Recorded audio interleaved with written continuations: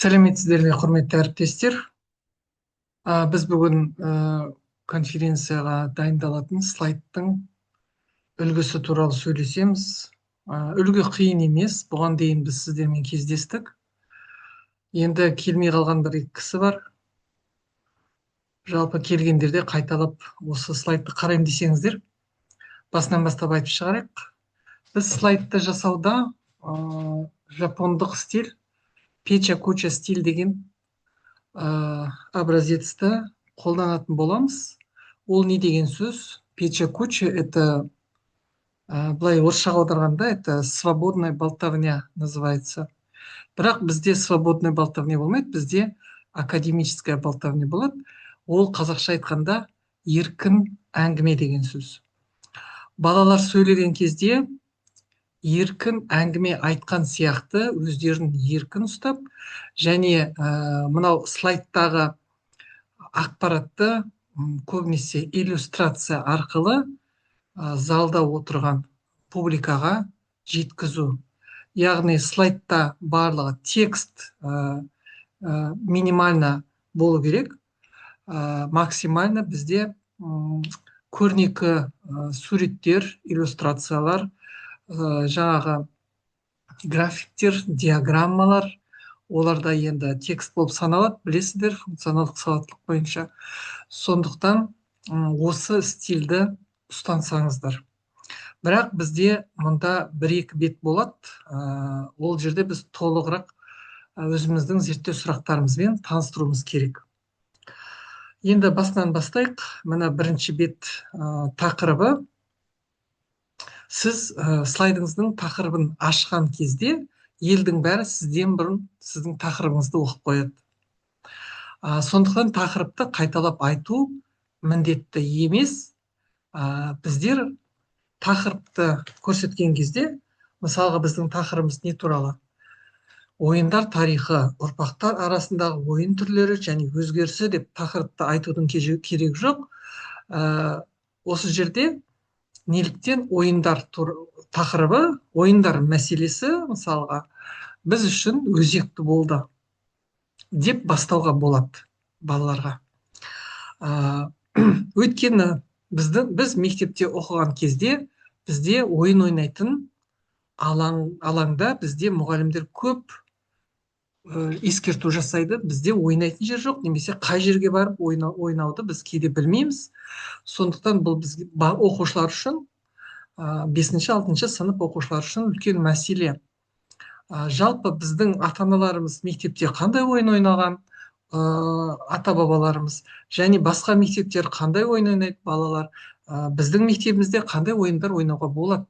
Бұл біз үшін өзекті болды. Сондықтан да осы тақырыпты біз зерттеуге шешім қабылдадық. Яғни осылай өз сөзімен осы тақырыптың өзектілігін айтып кетеді. Яғни бірінші және екінші беттің арасында солай айтып кетеміз. Яғни кез келген зерттеудің тарихи бастамасы болады. Кез келген теманы зерттеген кезде бірінші біз оның тарихына мән береміз.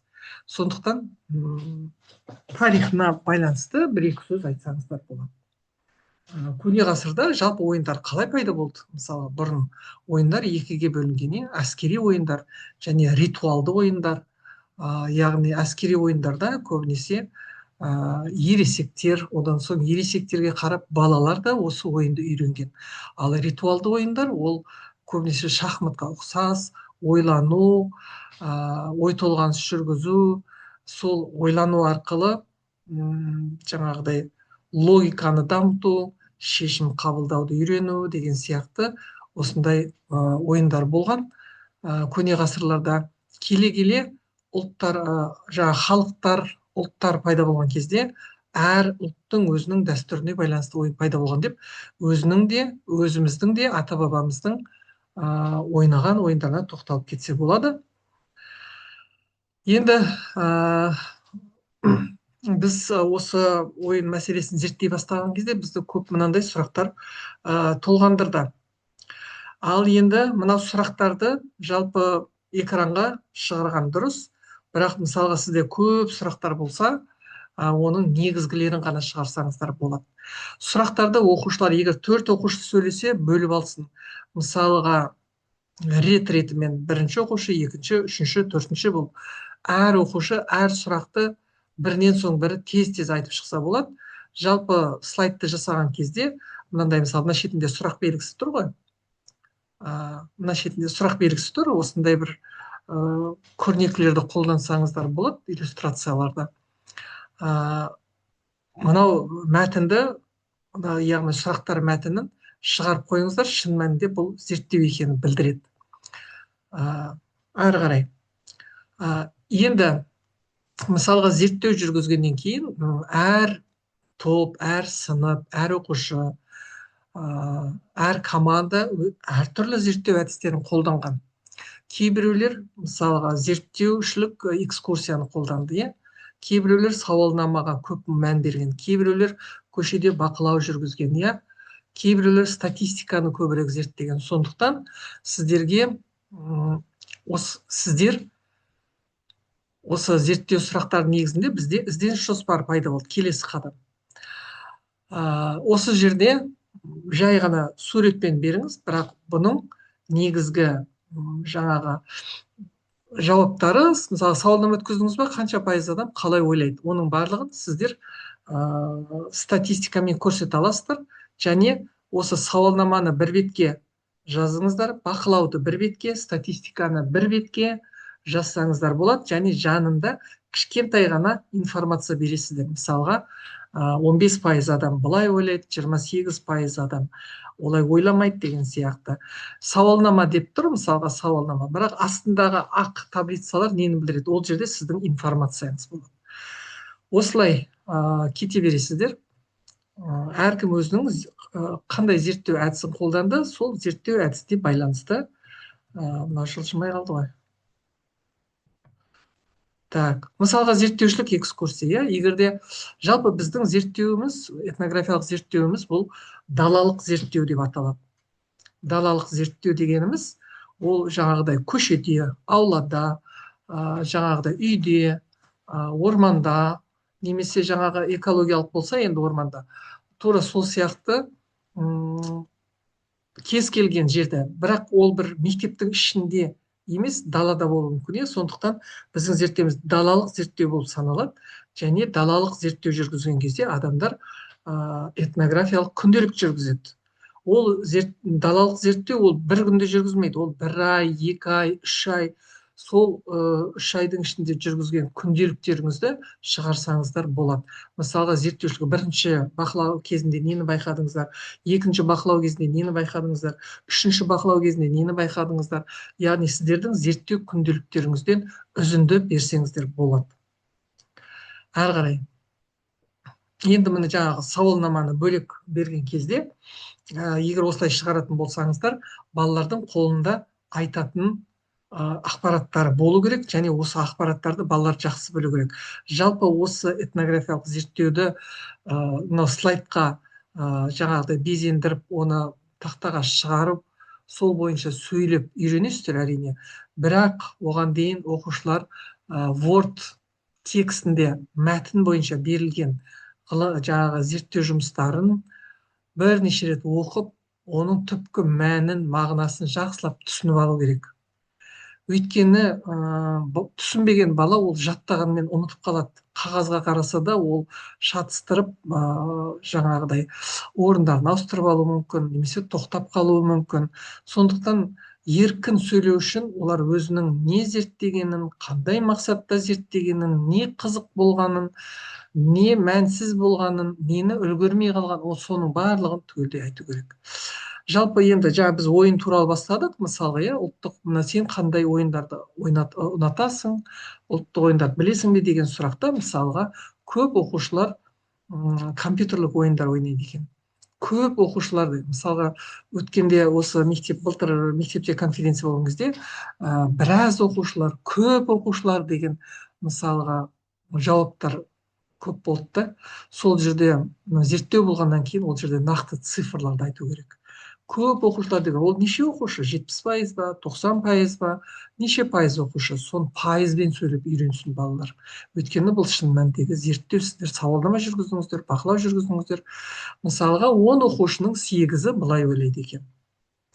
Немесе 25 оқушының 19-ы келіспейді екен деген сияқты. Яғни не цифрлармен, не процентпен солай сөйлеп үйреніңіздер. Біразы, көп деген сөздер, ол жалпылама, ол жаңағыдай сауатсыз зерттеу деп айтуға болады мысалға да. Өтірік зерттеу, жалған зерттеу деген сияқты ой пайда болады тыңдаушыларда да. Бұл шын мәнінде зерттеу ма, зерттеу емес пе деген күмән пайда болады. Сондықтан жұмыстарыңызды қараңыздар, сол жерде барлығы пайыз бойынша берілсе, сол пайызбен сөйлеңіздер. Әрі қарай, мысалға, біздің мектепте ең көп ойналатын ойын, әсіресе бірінші бастауыш сыныптарда алайық. Бастауыш сыныптарда ойнайтын ойын бізде мынандай ойындар екен деп. Яғни ойынның аты, уақыты, қай кезде ойнайды, сабақтан кейін, сабаққа дейін, үлкен қоңырауда, немесе сабақ кезінде, дене шынықтыру кезінде деген сияқты сондай нәрселер. Мысалға, ал енді 5-6 сыныптарда ол жаңағы ұлттық ойындар, асық ойын, 9 құмалақ бізде үлкен қоңырауда жаңағыдай немесе аптасында 1 рет деген сияқты сондай жауаптарды айтуға болады. Әрі қарай міндетті түрде, құрметті әріптестер, енді бұл этнографиялық зерттеу, жалпы бұл практикалық зерттеу болғандықтан бұның шешімдері болу керек. Бұл шын мәнінде бізді бір қандай да өзгеріске алып келу керек, және біз бұдан шешім қабылдап үйренуіміз керек. Енді біз жарайды, біздің мектепте ойындар аз ойналады екен.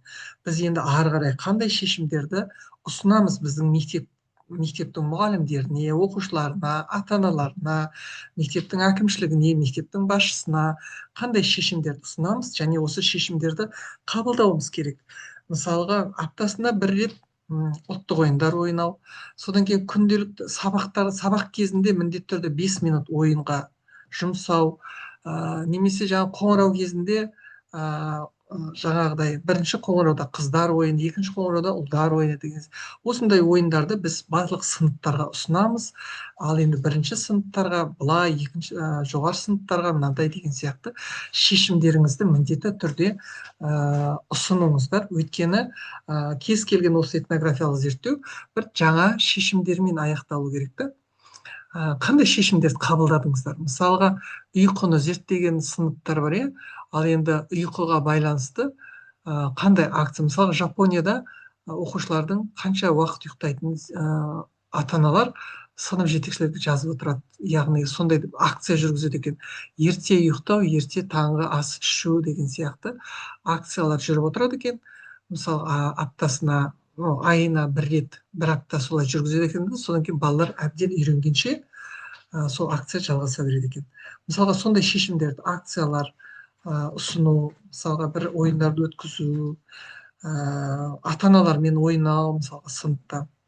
Әрі қарай, енді жалпы этнографиялық зерттеудің басқа ғылыми зерттеулерден айырмашылығы, біз бұл сапалы зерттеу, және біздің зерттеуіміздің мән мағынасы барлығы рефлексиялық сипатта болу керек.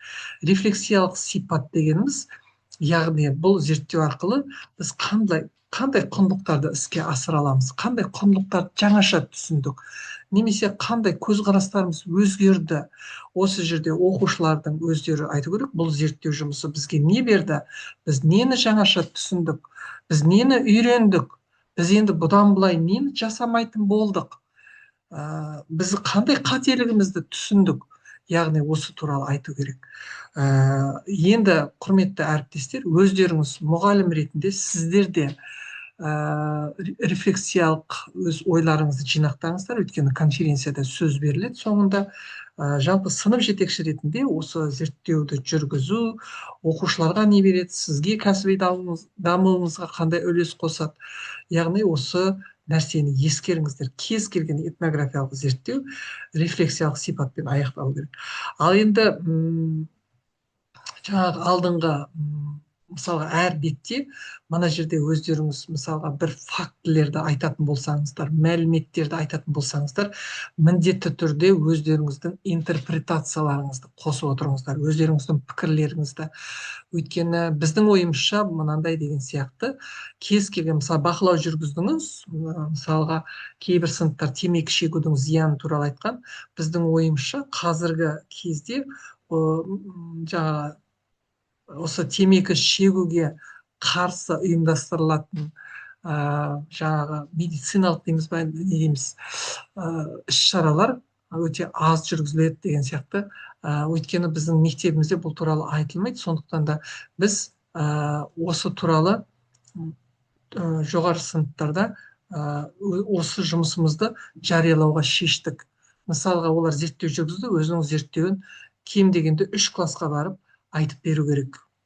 Ол бір 5-10 минут уақыт алады мысалға. Сондықтан әрбір зерттеу әдісін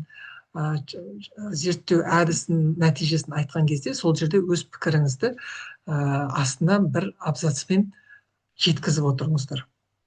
Жалпы осы енді мәтін, енді бұның негізгі мағынасы, бізде мәтін, ұзақ үлкен мәтіндерді жарияламаймыз слайдта, бірақ аяқ жағында мысалға мына жерде сөздер берілген ғой, мына жерде жаңа фактілер берілген, соларды жазып отырамыз. Суреттерді нөмірлеп, атын жазып, қашан жүргізілген, датасын жазыңыздар. Бұл жерде не істеп жатыр оқушылар, соның бәрін түсіндіріп жазыңыздар, фактілердің бәрін. Осымен мен аяқтаймын қысқа сабағымызды. Рахмет. Сау, сәлемет болыңыздар. Сәттілік.